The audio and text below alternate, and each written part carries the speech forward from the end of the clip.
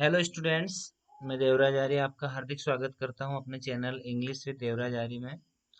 जैसा कि आपको पता है कि हम अपने चैनल के माध्यम से क्लास 9th से लेकर 12th तक की इंग्लिश को कवर कर रहे हैं और इसी क्रम में हमारा आज का वीडियो है class 10th text book the spring blossom, है ना। जो इंग्लिश है उसका लेसन 6 आज हम करने वाले हैं। लेसन 5 तक हमने कंप्लीट कर लिया है। आज हम पढ़ेंगे लेसन 6। तो देखिए लेसन 6 लेसन का नाम है the new player in the team. Team में नया खिलाड़ी या दल में नया खिलाड़ी, इसके बारे में हम पढ़ेंगे। तो हम लेसन स्टार्ट करने से पहले इसके ग्लोसरी यानी कि कुछ डिफिकल्ट वर्ड्स हैं उनको क्लियर कर लेते हैं कि जो डिफिकल्ट वर्ड्स हैं वो किस प्रकार से जो है हमको करने हैं इस लेसन के माध्यम से। सबसे पहला वर्ड है कोच। कोच का अर्थ होता है प्रशिक्षक। somebody who trains a person or team in sport, वह व्यक्ति जो क्या करता है, किसी भी टीम में या खेल में किसी व्यक्ति को ट्रेन करता है, प्रशिक्षित करता है, उसे बोलते हैं प्रशिक्षक यानी कोच। यर्न, यर्न का अर्थ होता है प्रबल इच्छा, यानी बहुत तेज जब हमारी किसी ये चीज की चाहत होती है उसे यर्न कहा जाता है।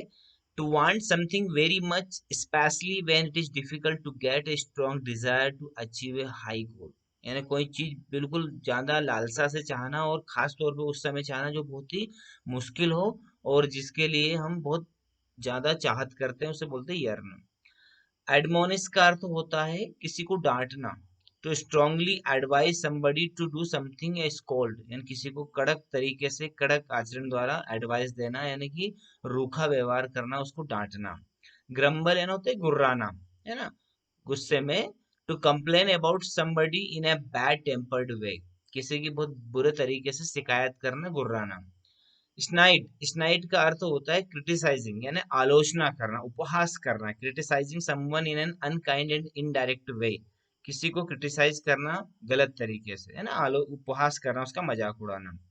रिजोल्यूट, ये रिजोल्यूट का आपने पढ़ा है पहले भी। हैविंग ग्रेट डिटर्मिनेशन यानी पक्का इरादा।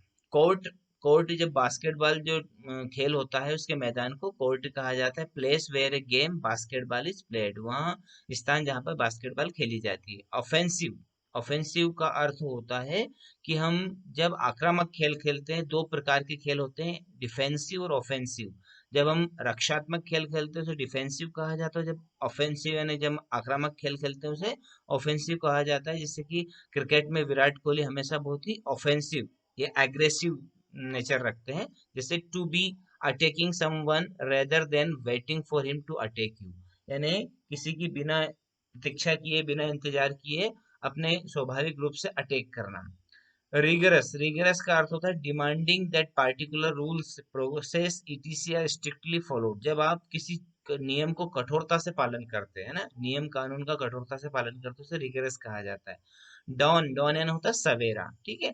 ऑफ डे और a period of time to begin, दिन की शुरुआत जो समय होता है दिन का उसे डॉन कहा जाता है। फ्रेल, फ्रेल यानी शारीरिक रूप से कमजोर, physically weak and thin.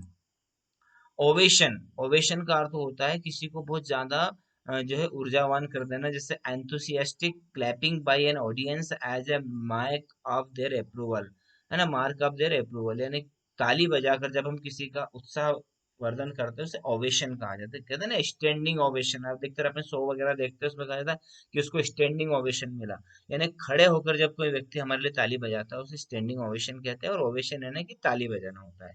Hostile, hostile का अर्थ होता है एग्रेसिव यानी कि बहुत ही शत्रुतापूर्ण। मैसिव, मैसिव यानी बहुत बड़ा, बहुत ज्यादा। बूस्ट, बूस्ट यानी होता है ऊर्जा। इंक्रीज समवंस एनर्जी और कॉन्फिडेंस, किसी की ऊर्जा या आत्मविश्वास को बढ़ा देना, बूस्ट कर देना। ऑफेंस, ऑफेंस यानी act of attacking upsetting someone, है ना। ऑफेंस यानी अभी हमने देखा था इसके पहले कि ऑफेंसिव, है ना, वही वही ऑफेंस का होता है। अटैकिंग काम करना, अटैकिंग जो है आप खेल खेलते हो उसे ऑफेंस कहा जाता है। आगे देखते हैं डिफेंस। अभी आया था अपना ऑफेंस और इसका उल्टा होता है डिफेंस। डिफेंस यानी कि रक्षात्मक। Preventing the other team from scoring, यानी दूसरी टीम को स्कोर करने से रोकना, यानी कि रक्षात्मक खेल खेलना। डॉज, डॉज का अर्थ होता है चकमा देना, जैसे हम खेल में किसी जब एक खिलाड़ी दूसरे खिलाड़ी को जो है चकमा दे देता है, उसके लिए डोज शब्द आता है। To move quickly and suddenly to one side in order to avoid someone, किसी को अवॉइड करते हुए एकदम से, है ना, उसको हैरान कर देना, उस चकमा दे देना, उसको डोज कहा जाता है। Desperate, wanting something very much, बहुत ज्यादा चाहत। ग्रेब, ग्रेब का अर्थ होता है किसी चीज को हाथों से पकड़ना। To hold something with your hand firmly. Applause, applause का अर्थ होता है ताली बजाना। The noise made by a group of people clapping their hands and sometimes shouting to show their approval. कभी कभी किसी दल द्वारा जो है ताली बजाना या फिर चिल्ला चोट करना, किसी को उत्साहित करने के लिए उसे बोला जाता है अप्लाउज। एंटीसिपेशन, एंटीसिपेशन यानी कि हम जब किसी चीज को बहुत ज्यादा एक्साइटेड हो जाते हैं और जो फीलिंग हमारे अंदर आती है उसे एंटिसिपेशन कहते हैं। Feeling of excitement about something that is going to happen. Clasp, clasp यानी जो ग्रेप का अर्थ होता है, उसी तरह क्लैस्प का भी अर्थ होता है अपने हाथों से किसी चीज को मजबूती से पकड़ना। To hold something tightly in your hand. Indispensable, indispensable का अर्थ होता है बहुत ही ज्यादा आवश्यक, इजेंशियल। ठीक है, ओके फ्रेंड्स, आपको आई होप जो मीनिंग है डिफिकल्ट से वो सारे समझ में आ गए होंगे। अब हम थोड़ा सा लेसन के बारे में देखते हैं कि अबाउट द लेसन क्या होता है। तो अबाउट द लेसन हम पढ़ेंगे लेसन स्टार्ट करने से पहले कि जो लेसन है किसके बारे में है। The lesson witnesses some adverse situation, ये जो लेसन है, जो पार्ट है, ये कुछ ऐसी सिचुएशन का विटनेस है, ऐसी सिचुएशन हमारे सामने प्रस्तुत करता है जो एडवर्स है। एडवर्स यानी कि कई बार हमारे जीवन में होती है, स्टूडेंट के जीवन में तो अधिकतर होती है। Students come across such events in real life, जो विद्यार्थी होते हैं वो अपने जो रियल यानी कि स्वाभाविक जीवन में भी इस प्रकार की घटनाओं के जो है उनका सामना करना पड़ता है। It is a story of a girl student, ये कहानी एक जो है ये विद्यार्थी की है। और कौन सी विद्यार्थी की? एक लड़की जो है, एक बालिका विद्यार्थी की है। She gets motivation and inspiration and prove her self to be worthy of the expectation of her game teacher, यानी वो क्या करती है? मोटिवेशन एंड इंस्पिरेशन गेट से, यानी वो अपने आप को मोटिवेट करती है, अपने आप को प्रेरणा देती है और अपने आप को उत्साहित करती है। क्या करने के लिए? टू प्रूव हर सेल्फ, अपने आप को साबित करने के लिए। क्यों साबित करना चाहती है? क्योंकि उसके कोच, उसके जो स्पोर्ट्स टीचर है, उन्होंने उसके ऊपर विश्वास जाहिर किया है। तो उनके विश्वास को बनाने के लिए खुद को जो है मोटिवेट करती है, खुद को ही अपने आप से प्रेरणा लेती है और कि मेरे को कुछ करके दिखाना है। Observe her behaviour and equal your self of the same qualities, आपको क्या करना है? उसके बिहेवियर को, उसके व्यवहार को ऑब्जर्व करना है, देखना है एंड अपने जीवन में उस चीज को उतारना है। ठीक है, अबाउट द लेसन हमने पढ़ लिया। अब हम लेसन करेंगे। तो देखिए, the new player in the team, team में नया खिलाड़ी या दल में नया खिलाड़ी। तो देखते हैं, हम इस दल में एक टीम में जो है नया खिलाड़ी आता है, वो नया खिलाड़ी कौन सा होता है उसके बारे में देखते हैं। तो ममता, है ना, ठीक है, जो नया खिलाड़ी उसका नाम है ममता, और ममता के ऊपर ही पूरा पार्ट है। ममता एक जो है गर्ल स्टूडेंट है, एक लड़की है जो विद्यार्थी है और एक टीम का हिस्सा है। तो देखिए, Mamta, I want you to start practicing your game seriously from today. Mamta, मैं चाहता हूं कि तुम आज से तुम्हारे खेल की जो प्रैक्टिस है वो सीरियसली करना शुरू कर दो, यानी कि तुम्हारे जो खेल है उसका अभ्यास तुम गंभीरता से शुरू कर दो। I am taking you in the basketball team, मैं तुम्हें बास्केटबॉल की टीम में लेना चाहता हूँ। These words of the basketball coach surprised everyone, basketball जो होती है उसका जो कोच था, उसके द्वारा ये शब्द कहे गए थे, इन शब्द ने सभी को सरप्राइज्ड कर दिया था, सभी को हैरान कर दिया था। यानी कि ममता को बास्केटबॉल टीम के कोच ने क्या कहा था कि ममता, आज से तुम अपना जो है खेल वो गंभीरता से शुरू कर दो, क्योंकि मैं तुम्हें बास्केटबॉल टीम में लेना चाहता हूँ। और ये शब्द सुनकर सभी हैरान हो गए थे। Selections had been going on for the school's basketball team, क्या हो रहा था उस समय? स्कूल की बास्केटबॉल टीम के लिए विद्या खिलाड़ियों का चयन हो रहा था। And the coach had chosen Mamta, और कोच ने किसको चुना था? ममता को चुना था। Who had joined the school only a month before, और ममता ने अभी स्कूल सिर्फ एक महीने पहले ही ज्वाइन किया था, एक महीने पहले ही वो यहाँ पर आई थी। और कोच ने उसको कहा था कि तुम तैयार हो जाओ, मैं तुम्हें बास्केटबॉल टीम में ले रहा हूँ। ये शब्द सुनकर बाकी सारे खिलाड़ी जो है हैरान हो गए थे। Mamta could not believe her ears, Mamta को भी अपने कानों पर भरोसा नहीं हो रहा था। She wanted to play basketball since she joined the school, वहां जब से स्कूल आई थी तब से बास्केटबॉल खेलना चाहती थी। But none of the girls in her class was ready to teach her, लेकिन उस उसकी क्लास में से कोई भी लड़की उसे सिखाने के लिए तैयार नहीं थी।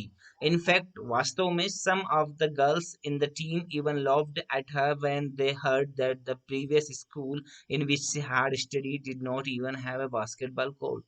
और यहाँ तक कि वास्तव में कुछ लड़कियां तो उसके ऊपर हंसी भी थी जब उन्होंने सुना था कि ममता पहले जिस स्कूल में पढ़ती थी उस स्कूल में बास्केटबॉल का मैदान भी, कोर्ट भी नहीं था। ये सुनकर ही कुछ लड़कियां उसके ऊपर हंसती थी। Mamta had been studying in a small school in the nearby town till then. अब तक जो ममता है उसका जो स्टडी थी, उसका जो अध्ययन था, उसकी जो स्कूल था वो एक छोटे से शहर में था, है ना। As her parents could not afford to send her to any of the public school in the city, इसलिए था क्योंकि उसके माता पिता अफोर्ड नहीं कर सकते थे, यानी कि इतने सक्षम नहीं थे कि वो शहर के किसी बड़े पब्लिक स्कूल में उसे पढ़ा सके। It was only because of the scholarship she had won from a trust that it had been possible for her to join this reputed convent school। यहाँ सिर्फ उस स्कॉलरशिप के कारण था जो उसने एक ट्रस्ट, यानी कि एक जो ट्रस्ट रहता है, ट्रस्ट आप देखते हैं आमतौर पे बहुत सारे ऐसे जो है ऑर्गेनाइजेशन रहते हैं जो कि विद्यालय वगैरह को मदद करते हैं, विद्यार्थियों को मदद करते हैं। वहां से उसने एक छात्रवृत्ति जीती थी जिसके कारण वहाँ ये संभव हो पाया था कि वहाँ इस प्रकार के रेपुटेड, यानी कि एक सम्मानजनक कॉन्वेंट स्कूल में पढ़ने आ सके। यानी ममता जिस नए स्कूल में पढ़ने आई थी उसके माता पिता के पास इतने पैसे नहीं थे, लेकिन वह एक जो है ट्रस्ट के माध्यम से, ट्रस्ट की छात्रवृत्ति के माध्यम से इस बड़े स्कूल में पढ़ने आ गई थी। Being away from home in a hostel, घर से दूर एक हॉस्टल में, एक छात्रावास में, she yearned for some friends. Yearned अभी हमने पढ़ा था, यर्नड यानी कि प्रबल इच्छा करना। उसकी बहुत इच्छा थी कि उसके कुछ दोस्त बने। But till now most of the girls had refuse to accept a small town girl as their friend. लेकिन अब तक अधिकांश लड़कियों ने एक छोटे से कस्बे की लड़की को अपना दोस्त बनाने से मना कर दिया था। क्यों मना कर दिया था, ये क्वेश्चन है, इसका आंसर भी देखिए। क्यों मना कर दिया था, क्योंकि most of the girls in the school came from rich families, क्योंकि अधिकांश लड़कियां इस स्कूल में अमीर परिवार से आई थी। They treated her as unwelcome guest, और वो उसे एक अनचाहे मेहमान की तरह ट्रीट करती थी, है ना, बिन बुलाए मेहमान की तरह लेती थी। Who was too low in status by their standard, जो कि उनके रुतबे से, उनके मानकों से बहुत नीचे की लड़की थी। यानी अधिकांश लड़कियां बहुत बड़े बड़े परिवार से, रिच फैमिली से आई थी, और वो उस छोटे से कस्बे से आई हुई लड़की को एक अनवेलकम गेस्ट की तरह लेती थी, जो उनके स्टैंडर्ड से बहुत ही नीचे स्तर की थी। Sir, she has never played basketball before, how can you take her in the team, their captain Saba complaint. अब जैसे उसने सुना कि ममता को जो है बास्केटबॉल की टीम में लिया जा रहा है, तो जो कप्तान थी, है ना, बास्केटबॉल टीम की, सबा नाम था उसका, क्या नाम था, सबा, उसने शिकायत की कि सर आप इसे बास्केटबॉल टीम में कैसे ले सकते हैं। तो डोंट बी मीन सबा। अब जो कोच हैं वो कहते हैं कि इतनी छोटी मत बनो Saba, there is always a first time for everyone. सभी के लिए जब भी आप कोई नया काम करते हैं तो वो शुरुआत ही होती है। Can't you see how good her passes are, क्या तुमने नहीं देखा या तुम नहीं देख सकती थी कि उसके पासेस कितने अच्छे हैं। पासेस का अर्थ होता है जब गेंद एक खिलाड़ी किसी दूसरे खिलाड़ी को देते हैं तो उसे पास कहा जाता है, कि इसके पासेस कितने अच्छे हैं। And physically she is fitter than any of you, और यहाँ शारीरिक रूप से भी तुम सब में से सबसे ज्यादा फिट है। द फिजिकल एजुकेशन टीचर एडमोनिश्ड सबा, जो फिजिकल टीचर थे, उनके एजुकेशन टीचर थे, फिजिकल यानी जो स्पोर्ट्स टीचर थे, उन्होंने सबा को डांटते हुए कहा कि तुम ऐसा कैसे कह सकती हो, इतनी छोटी मत बनो, इसके पासेस कितने अच्छे हैं और ये तुम सबसे फिजिकली रूप से भी फिट है ना। इस प्रकार उन्हें डांटते हुए कप्तान को कहा। Oh no, now we can forget all about winning the trophy in the inter-school basketball championship this year, grumbled Rima, the vice captain of the team। अब वाइस कैप्टन जो थी, यानी उप कप्तान जो थी टीम की, रीमा, वो गुर्राते हुए कहती है, ग्रम्बल्ड यानी गुर्राना, यानी शिकायत भरे लहजे में कहती है कि अब तो हमें इस साल इंटर स्कूल बास्केटबॉल चैंपियनशिप है उसकी ट्रॉफी को जीतने के बारे में सोचना बंद कर देना चाहिए, हमको भूल जाना चाहिए कि अब हम ट्रॉफी जीत सकते हैं। The other girls in her group also made faces to show their displeasure, और उसके दल की जितनी भी लड़कियां थी उन्होंने भी डिस्प्लेजर यानी कि अप्रसन्नता के रूप में अपने मुंह बना लिए थे, यानी वो भी सब नहीं चाहती थी कि ममता को बास्केटबॉल की टीम में लिया जाए। What these girls did not know was that if anyone told Mamta she could not do a certain thing, इनमें से कोई भी लड़की नहीं जानती थी कि यदि ममता से कोई कह दे कि यदि कोई उसको ऐसा बोल दे कि तू ये काम नहीं कर सकती है, ये निश्चित काम तुझसे नहीं होगा, तो she accepted it as a challenge, तो वो इस चीज को एक चुनौती के रूप में स्वीकार करती थी। एंड नेवर रेस्टेड टिल, और तब तक रेस्ट नहीं करती थी जब तक she had prove them wrong, वह उन सबको गलत साबित ना कर दे। यानी कि बाकी लड़कियां नहीं जानती थी कि ममता को यदि कोई बोल दे कि तू ये काम नहीं कर सकती है, तो वो मन में ठान लेती थी कि मुझे अब ये काम करना ही है। वो उसको चुनौती के रूप में लेती थी और तब तक नहीं रुकती थी जब तक कि वो उन सबको गलत साबित ना कर दे। The coach had heard Reema and said, अब कोच ने रीमा, रीमा कौन थी, रीमा वाइस कैप्टन थी, उसकी बात सुनी और कहा, have you been able to win the trophy even one since you started playing, यानी क्या कभी तुमने जब से खेलना शुरू किया है तब से लेकर आज तक कोई ट्रॉफी जीती है। Maybe this year you will at last win because of Mamta, हो सकता है कि इस साल आप ममता की वजह से जीत जाएं। Mamta was touched by that remark, ममता को ये बात दिल पर लग गई कि कोच ने उसकी साइड ली थी और उसके ऊपर इतना विश्वास जगाया था, तो Mamata was touched by that remark, ममता को ये बात दिल पर लग गई। She silently thank the coach for his support and made up her mind to be so good at the game that the team would feel incomplete without her, और उसने चुपचाप मनी मन कोच को धन्यवाद दिया उनके सपोर्ट के लिए, और अपने मन में पक्का इरादा किया कि वह इतना अच्छा खेल खेल के दिखाएगी कि उसके बिना टीम अधूरी लगेगी। She thought of the famous words that her mother often repeated to her, practice max man perfect, और वह मनी मन वो प्रसिद्ध शब्द सोचने लगी जो उसकी माँ उसको हमेशा कहती थी कि प्रैक्टिस मैक्स मैन परफेक्ट, अभ्यास व्यक्ति को सटीक बनाता है यानी कि पूर्ण बनाता है। So she started using all her free time in practicing basketball, इसलिए अब वहाँ अपना जितना भी खाली समय होता था उस सारे खाली समय का उपयोग बास्केटबॉल की प्रैक्टिस करने में करती थी। She was thankful that the coach was helping her in every way, वहाँ कोच की बहुत आभारी थी जो उन्हें हर तरह से मदद कर रहे थे, हर तरीके से मदद कर रहे थे। She kept perfecting her passes and her techniques with firm determination, वहाँ अब अपने पासेस और अपनी तकनीक को पूरे पक्के इरादे के साथ सटीक बनाने की कोशिश कर रही थी। Even the snide remarks from the teammates made her more resolute, हालांकि जो स्नाइड थे, स्नाइड मीनिंग हमने पढ़ा है, स्नाइड का अर्थ होता है उपहास या हंसी उड़ाना, जो हंसी उड़ा रहे थे उसकी टीम के दूसरे सदस्य, दूसरे साथी उसकी उसका उपहास उड़ा रहे थे, वो सारी चीजें उसको और दृढ़ निश्चयी बना रही थी। ओके फ्रेंड्स, आई होप आपको लेसन बहुत अच्छे से समझ में आ रहा होगा, मेरा हिंदी एक्सप्लेनेशन आपको जरूर अच्छे समझ में आ रहा होगा। यदि आपको वाकई में वीडियो पसंद आ रहा है तो प्लीज मेरे चैनल इंग्लिश विद देवराज आर्य को सब्सक्राइब कीजिए, वीडियो को लाइक कीजिए, ज्यादा से ज्यादा शेयर कीजिए। अगले वीडियो में हम इसके आगे का हिंदी एक्सप्लेनेशन देखेंगे। Okay, thank you.